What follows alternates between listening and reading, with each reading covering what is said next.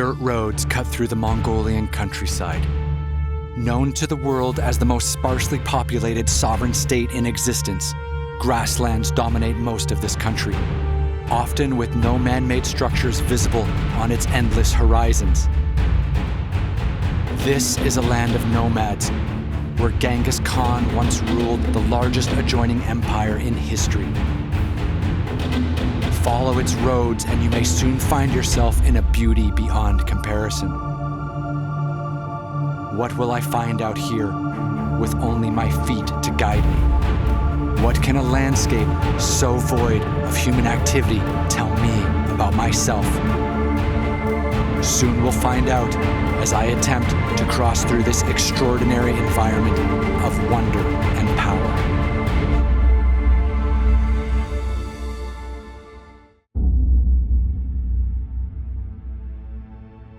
The wild world of Asia beckons. Do you hear its call? I do. Don't look down. Don't look down. This feels like such a big mistake. Cheers. I'm Ryan Pyle, adventurer, And we've come into a huge snowstorm. explorer. Amazon is killing me. I've traveled the world for years, documenting people and practices in remote regions. It's amazing. We just walked straight into a family celebration. Now, I turn my eyes to Asia. Through its barren deserts and dense jungle canopy, unique forms of life flourish. With distinct lessons to be learned from cultures unfamiliar, I can't help but notice we're surrounded by skulls. and a dare to be curious through new friendships to last a lifetime. Come with me as I climb higher, seeking new perspectives and understanding of the world around me. When I walk, I'm learning. And when I walk, I'm connecting with the place. Exploring the far reaches of the East. One river, valley, mountaintop at a time. This is Expedition Asia.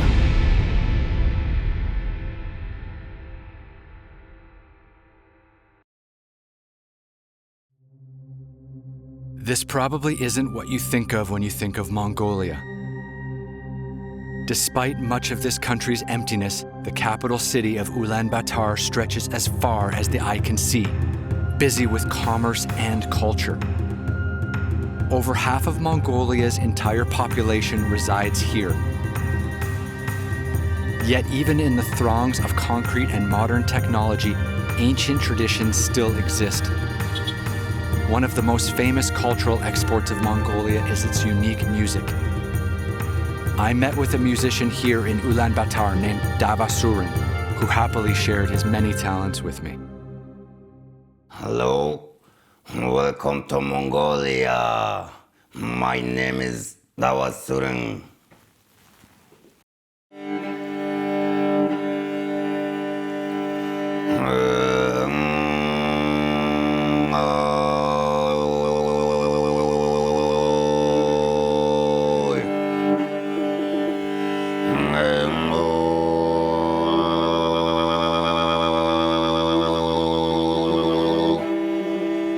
Throat singers have the amazing ability to produce multiple vocal pitches at the same time, as if controlling the voices of several people, layering, weaving tones to create distinct Mongolian sounds.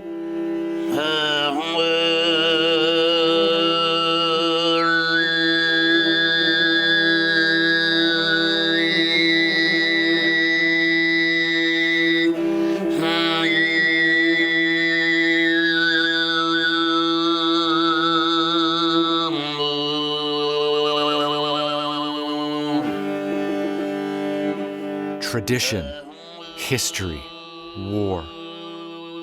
These Mongolian themes, brought to life by the timeless craft of throat singing, are mirrored by the many statues of warriors and conquerors present in today's Ulaanbaatar. Buddhist stupas and other religious monuments dot the city landscape, serving as locations for meditation and rituals. the past lives on in today's Mongolia.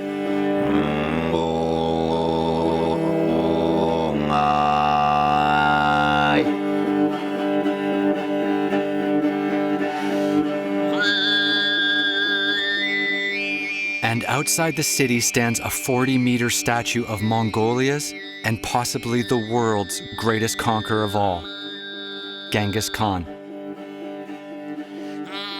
Under his rule in the 13th century, Genghis Khan built an empire of over 20 million square kilometers, stretching from modern-day Poland all the way to Korea. The empire Genghis Khan built eventually included a quarter of the world's entire people and land.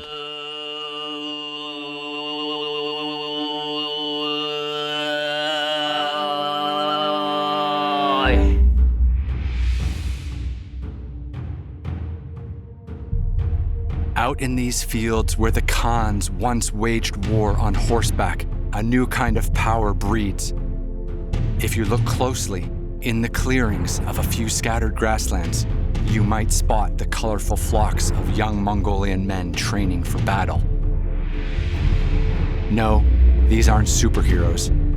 These are Mongolian wrestlers.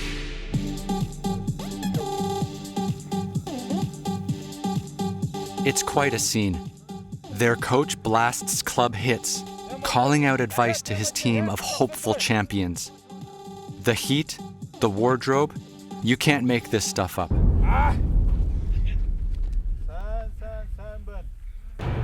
In Mongolian wrestling, the first person to touch the ground with anything but their feet is out.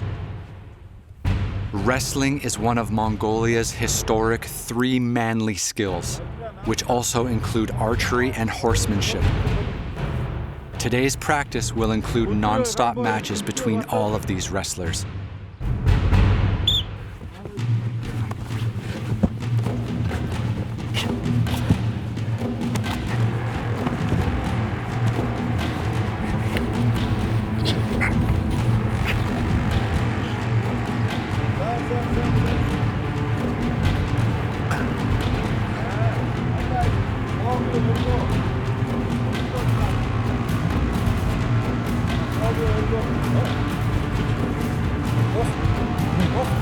This form of wrestling is completely exhausting, and a large part of technique is one's own endurance.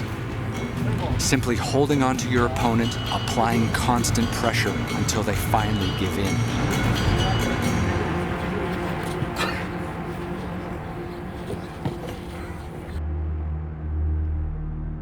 The sun has begun to set, and so I'm headed back to the capital city of Ulaanbaatar, but only to catch a flight further west.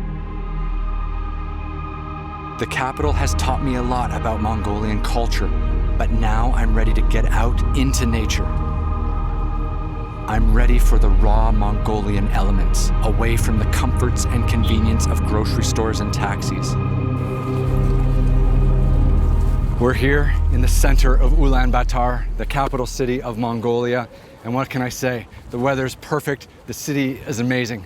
But like every great adventure, we're gonna leave the city, fly to the western reaches of this country, and climb Kuiten Peak, the highest mountain in Mongolia. And it all starts right now.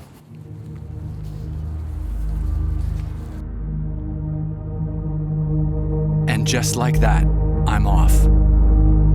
Towards the wild west of Mongolia, with mountains and mystery ahead of me, and snow-capped peaks on the horizon. Flying west, we'll land in the city of Ugi, from which we'll depart by van, heading deeper into the vast grasslands that eventually evolve into the Altai Tavan Bogged National Park. Here we'll make our way through lakes and valleys until reaching the White River, leading to the Glacier where base camp is located. After a night's rest, we'll cross the glacier by foot to climb Mount Khuiten, the tallest peak in all of Mongolia, sitting on the border with Russia and China.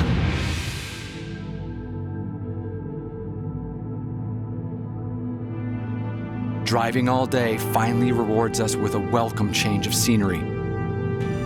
On the horizon, we spot the snow-capped peaks of the mountains we'll soon be trekking through. Snowmelt from this mountain range feeds the rivers nearby, allowing for grass and plant life to flourish in these summer months.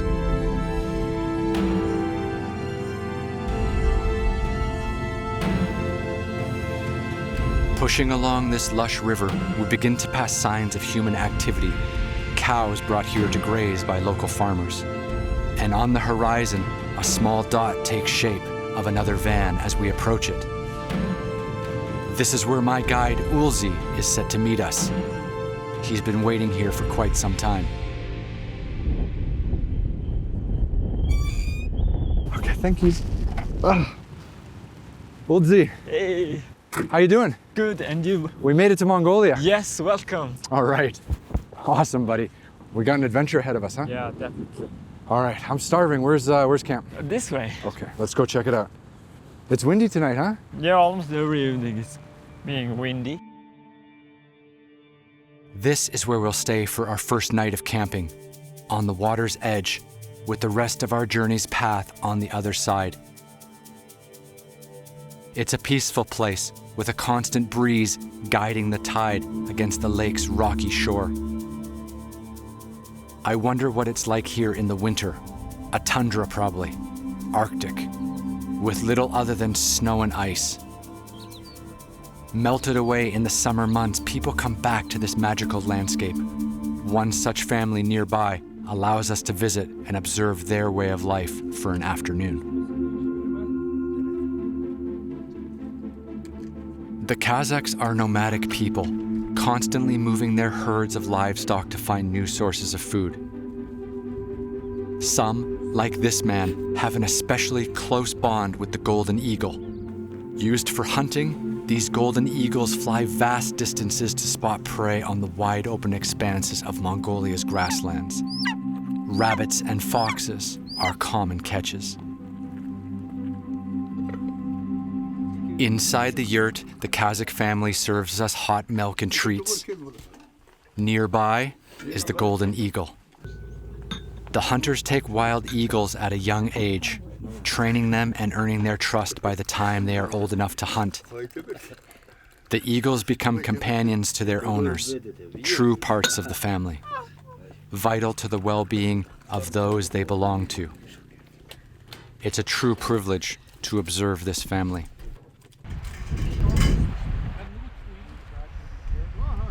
Back at camp, we're unloading and preparing for sundown.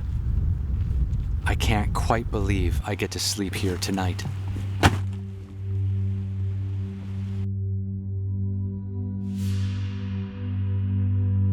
Mongolia is a dream. You know, we've flown west out of Ulaanbaatar all the way to Ulgi. We've been in the car all day long to get here to Hoton Lake, which is really right on the border with China, and really the most beautiful grassland landscape, you know, in the world. Mongolia is epic grasslands. Everything around us is open and big and just overwhelming. You know, the space, the landscape, the surrounding peaks, the sun. I've already met an eagle hunter. We've already been cruising through the grasslands. You know, this trip is just gonna get better every day until we finally make it to that summit of Kuiten Peak, the highest mountain in all of Mongolia. Can't wait to start walking tomorrow.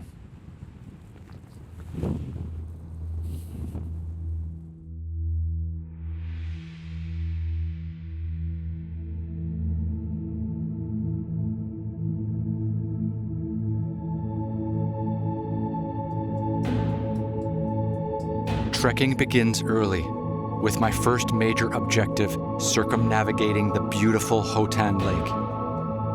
It's early summer here in Western Mongolia, but don't mistake that for a typical day at the lake. Swimming here today would surely mean hypothermia. Huge chunks of ice still remain from the winter, as they take a long time to disappear. Eventually, the low temperatures will return and reform them.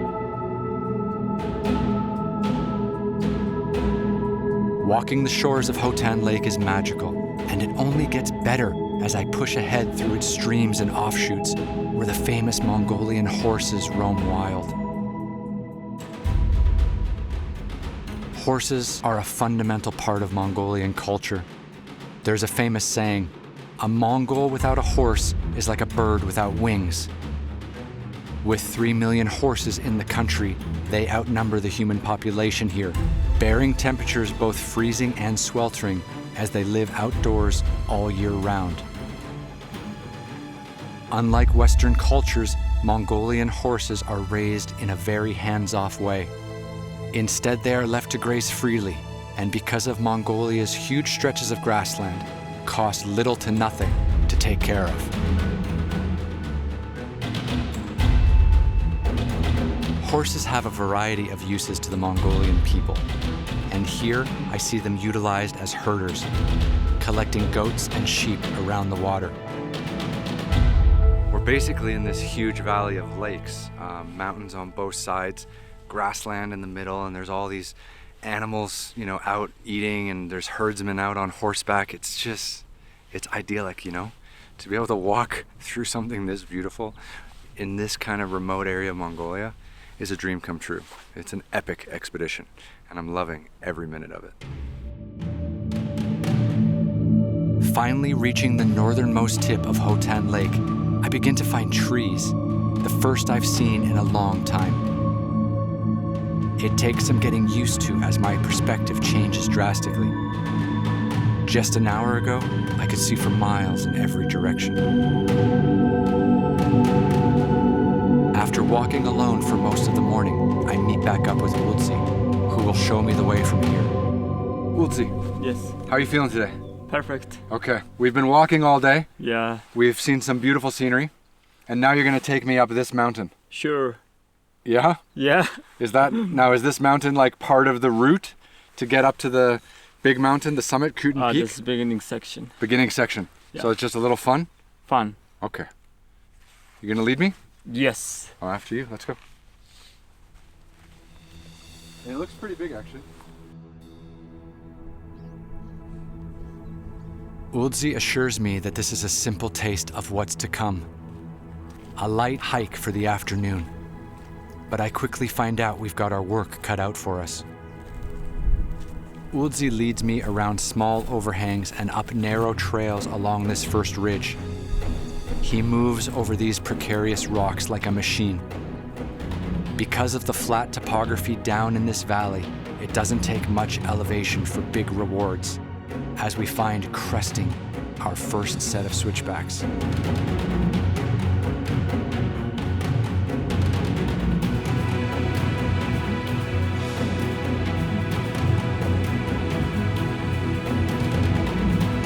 Ulzi takes me higher and higher, coming off one lookout just to climb another, taller, steeper, and more dangerous. It's refreshing to move over a landscape in this way. We aren't following any set trails, just wherever Ulzi's eyes might lead us. For our last stretch, we traverse a huge vein of rock spilling off the mountain.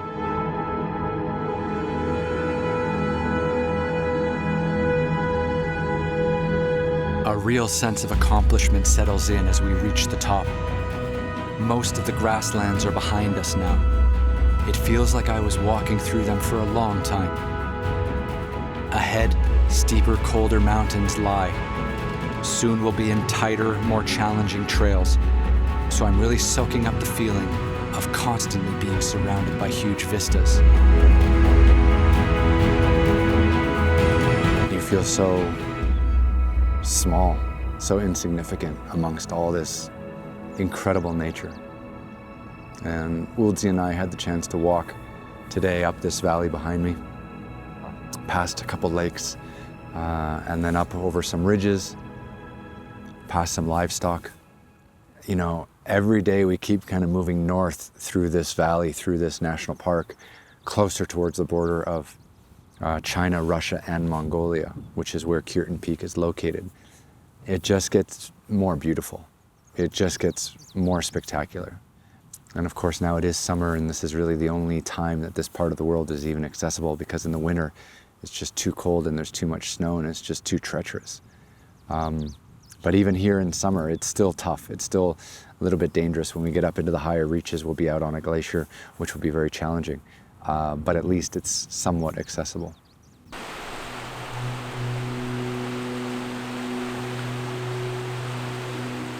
One of the rivers that feeds the lake behind us will serve as our roadmap through the valley ahead to Kuiten Peak. This ancient glacial river carved out of the valley we've just entered. Our new home for the coming days of intense hiking. The water is crisp and refreshing, gushing from the early summer snowmelt. So just a couple hours walking from our grassland camp in that whole area with the lakes.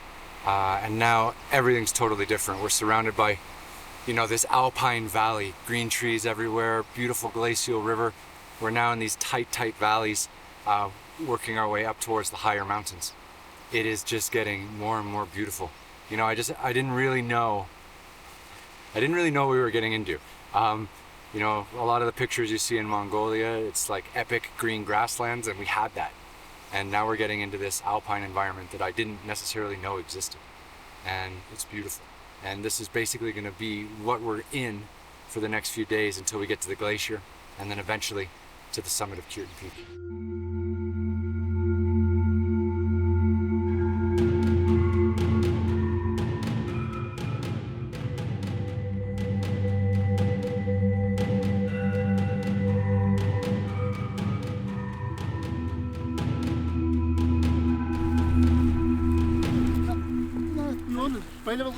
In a grassy field ahead, we meet our porters for the rest of the trip. As we push on, the risk will increase with the altitude. We need a strong team to carry the gear for the cold. This diverse group of porters comes from all walks of life. Some are Kazakh, some are Tuvan, some Khalkha, all Turkic nomadic people who have called these mountains home for much of history. And soon, we're ready to move.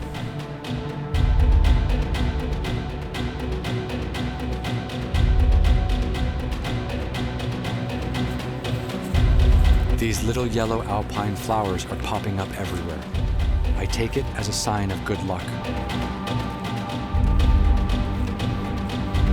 Climbing higher allows for beautiful scenes like this to sneak up on you, just beyond the next bend in the trail. The river is beginning to widen and become frozen as we work to close the distance between ourselves and the source. I follow zigzagging horse trails that branch out from the riverbanks. Beautiful, easy walking for several afternoons. I frequently allow our caravan to get well ahead of me so that I can better appreciate the quiet serenity around me. And at the end of each day, a new home to camp in, always more scenic than the last.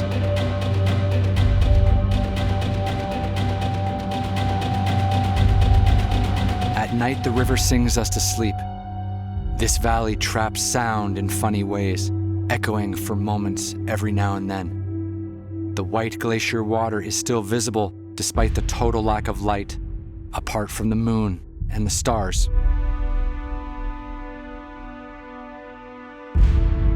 Some mornings I get up early, watching the light of dawn bounce around in the trail ahead.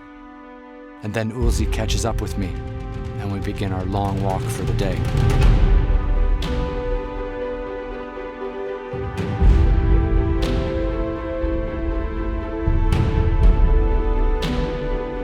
Today we are experiencing a serious change in landscape. The green grass that has become so ubiquitous on this journey is finally thinning out, giving way to an icy, rocky alternative. My feet take some time to adjust. You've got to step differently on this shifting terrain. And after a short while, we can see the end of the valley, where we'll camp for the night.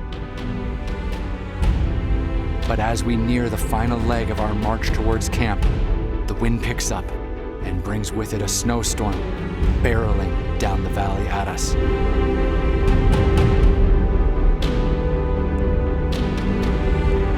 At first, it's just a flurry and a fog. Little pellets of ice and snow bounce loudly off of our jackets. But soon the storm takes a turn for the worse, and we find ourselves in a thick wall of precipitation. wet, cold, and completely exhausted. I barely make it to camp. Camp isn't any better. The snow is coming down hard, and out here, that means you've got to just take it. Our porters seem a little bit better adjusted, but as for myself, I'm freezing. And I can tell our animals are feeling it too. Ulzi and I and our team have been kind of climbing higher up into these valleys in Western Mongolia, and this is what we've come into. You know, Mother Nature is ruthless. Mother Nature has her own games to play. It's been a tough day, you know. We've been climbing, which is always challenging. It's windy, which is difficult. And now this snow has really added another element of difficulty to our journey and added an element of uncertainty. When it starts to get snowy, when it starts to get slippery, when you've got pack animals the way we do who are helping us carry all of our equipment, everything kind of changes. But we do have a mountain to climb. So my hope is that tomorrow morning we can wake up and have this snow be melted and carry on and continue our journey up this high pass, over the other side, down to base camp, and then eventually to the summit of the highest peak in all of Mongolia, which is our ultimate goal here. But I tell you, it's not looking good at this moment. We have no idea what's going to happen, and I'm totally fine with it. It's always where we want to be. We want to be out in the middle of nowhere. We want to be in these wild places. We want to be in places that Mother Nature really has control over us, and it's happening right now, as we speak.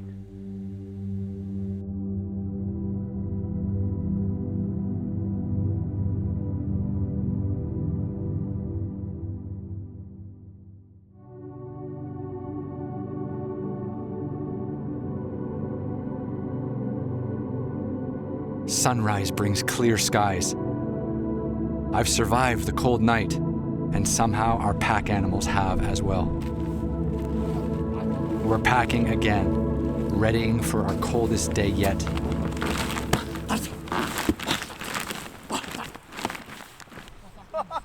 So we came into our camp here last night in heavy snow. It continued snowing overnight. This morning we got clear blue skies, and our camel drivers are just packing up the camels, and we're going to be heading up this ridge in the snow. Now, I don't know how far we're going to be able to get, if we're going to be able to get right up to the top of the ridge, if we're going to be able to make the high pass. We just have no idea what the snow is like up there. If it gets too deep for the camels with all the rocks, it's too dangerous. If we get up to the high pass and it's just covered in snow, we might not be able to make our way through.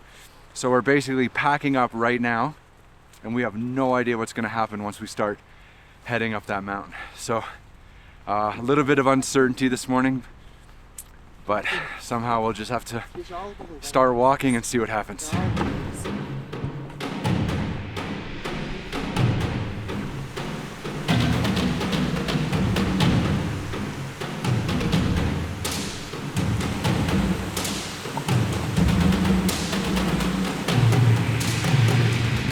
As our caravan begins to move, I'm pleasantly surprised at how well the camels are navigating this rocky terrain.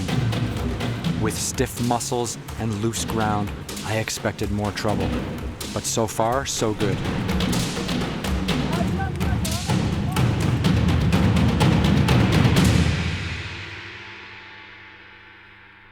Nearing the top of the high pass, we find last night's snow everywhere. Still frozen, but loose enough to pose a serious obstacle for my boots. Every other step cuts right through the top of the snowpack, and I'm struggling to keep up with my team.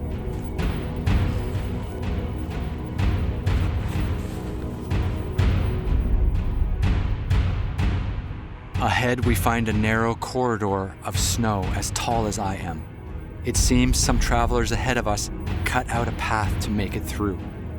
But we've got camels and gear to move, so it takes some more chipping away and digging out for us to fit through. It's been a really tough day. We're coming up over this high pass, and there's so much snowdrift. The snow is so deep. We actually had to dig through it, and now we gotta unload the camels, ferry the bags through, ferry the camels through, reload everything on the other side. And it's about 30, 40 meters, maybe about 100 feet. And there's no easy way to do it. We just gotta literally pull everything through. And so, an unexpected afternoon of unpacking, heavy lifting, and repacking begins. This narrow corridor is only wide enough for one person and the gear they carry at a time. It's a slow, tedious process, but it's the only way forward available to us. And so we patiently haul every last tent, meal, and animal through the passage.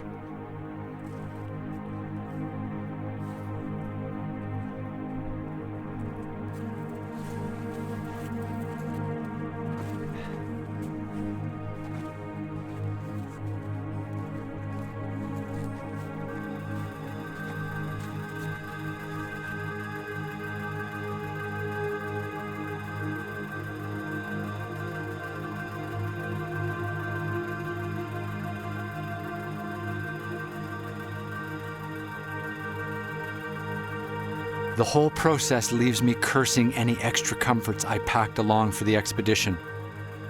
Every last bit of weight hauled through this stretch of snow feels even heavier, knowing how neatly packed away it was just hours ago on the camel's back.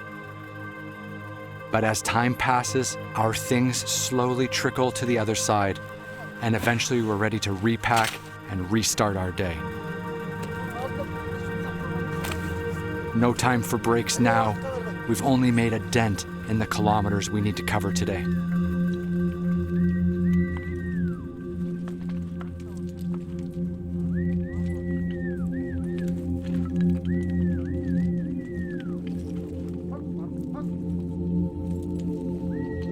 We're now back down the other side in the grasslands. It's warm again, much more safe. You can see behind me this massive ridge that we just came over. It's been one hell of a day.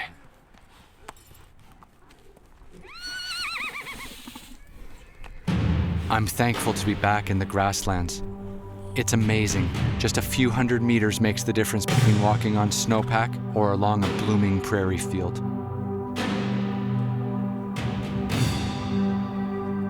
We're back to sprawling expanses where landmarks are few and far between. I find myself easily fooled by distances. A pond on the horizon may take hours to get to when it appears just a short jaunt away. The grassy fields don't last long though. They're merely a stopover as we're quickly approaching the icy peaks of the Altai mountain range.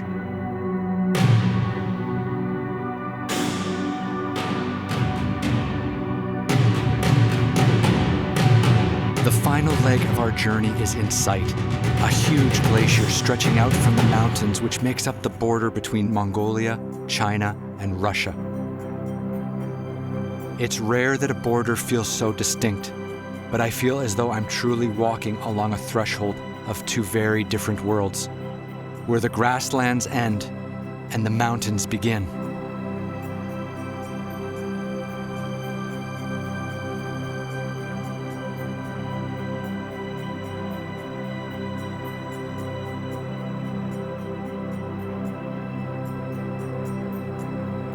It's been one tough day, easily our hardest yet.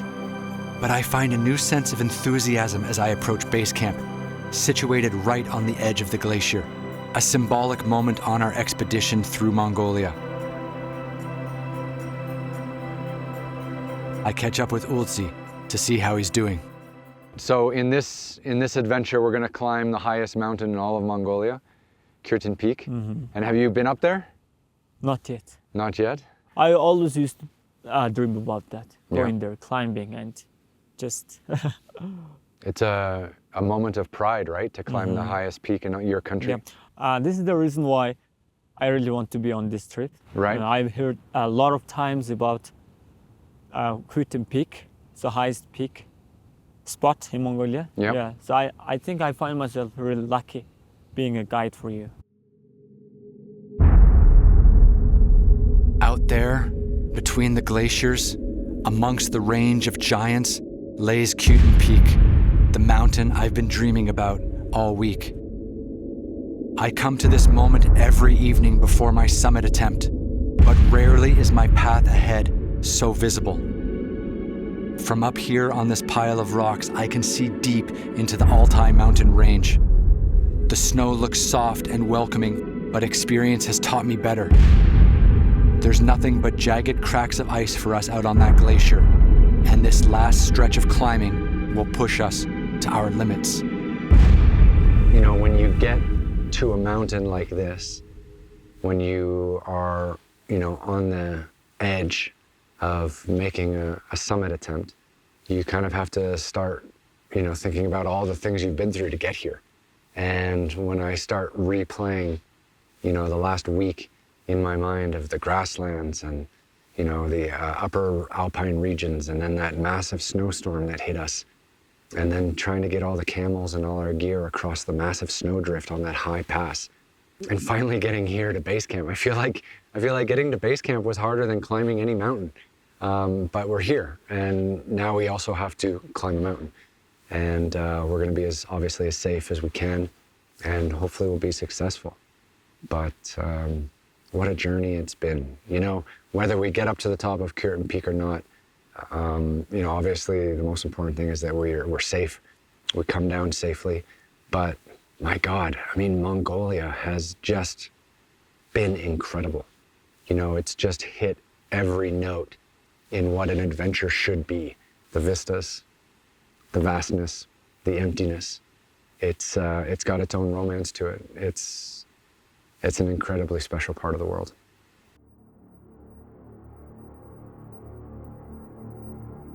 The Alpine skies put on quite a show for us on this last sunset before our big climb.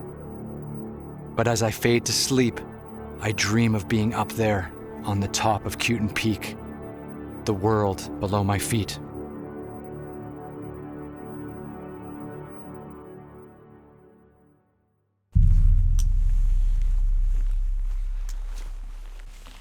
I got a knock on my tent just before I went to sleep, and Ulzi, our guide, came and said, "We have to go tonight. The weather in the next few days is not good, but tonight the weather's good." So it is now 2:45 in the morning, and we are preparing to climb up Kuiten Peak. So we got our ice axes, crampons, harnesses, and we've had breakfast, we've had some coffee, and now it's ready to hit the trail and begin this epic climb to the roof of Mongolia. So here we go.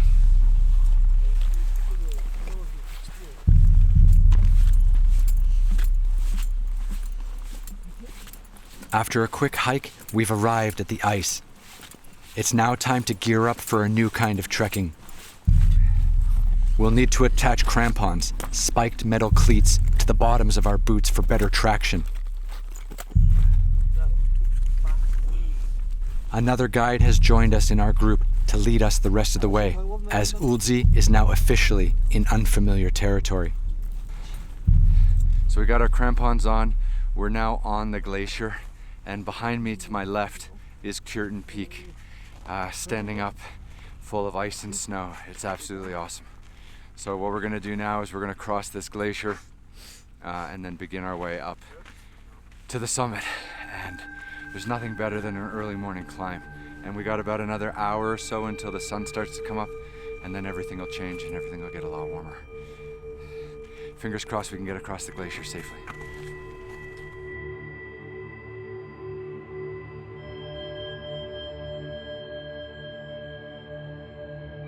Have you done a glacier crossing before? No.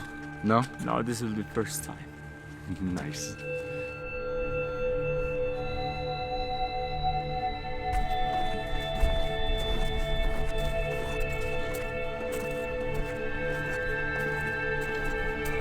Dawn brings just enough of a glow to see where we're stepping. It's otherworldly out here, nothing but white in every direction.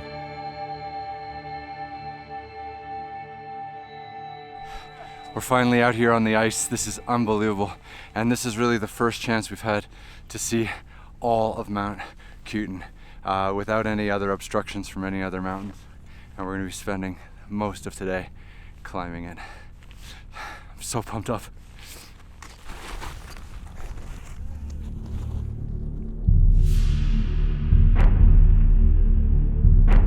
Sunrise catches the tops of the mountain range first, shining beacons radiating in the light of day to come.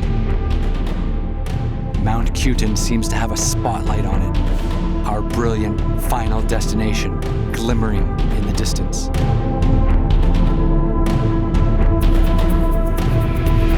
And once the sun has risen above the Altai range, its light reflects off the snow between us and Kuiten Peak, revealing its full form of ice and rock before us.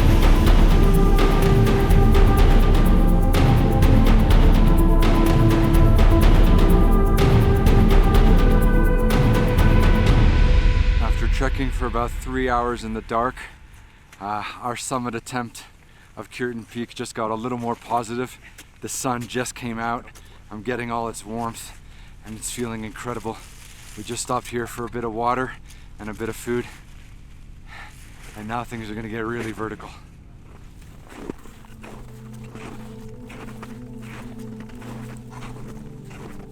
We approach Kuiten Peak from its side, where the incline is most gradual.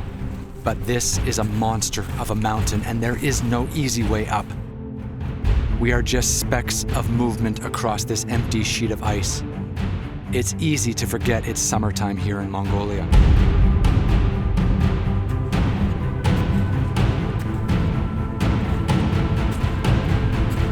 With every step we gain altitude, the air is getting thinner, the path ahead more vertical.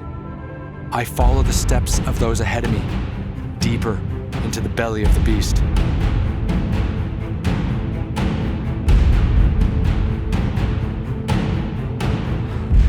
All right, working our way up Kuiten Peak, and it's a tough climb, but we just stopped for a bit of mountain breakfast, which is a hard-boiled egg and a bit of water. And you can't really take your gloves off for too long because it's cold.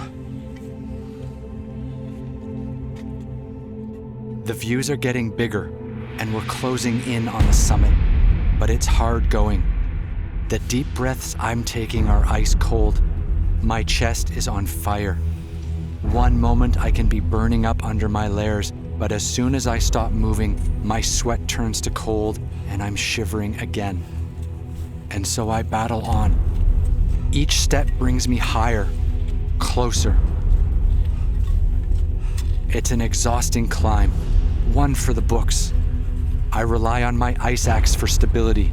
A fall here would take several with me. But I only need to push a little farther as the summit of Kuiten Peak is just ahead.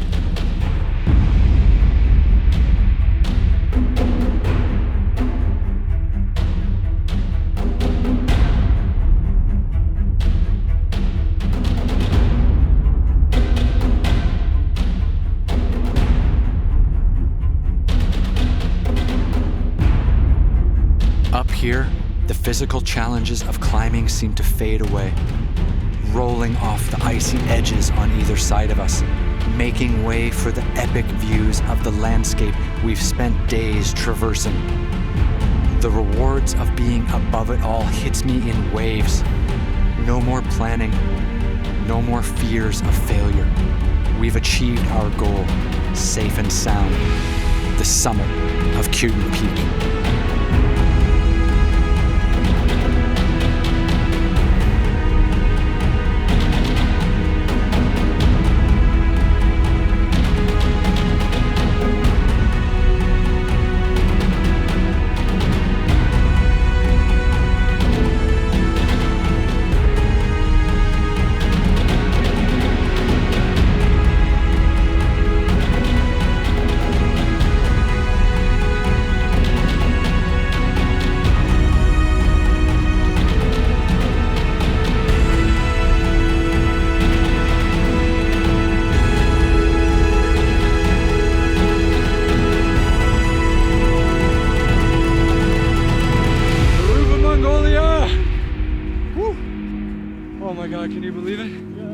amazing day, boys.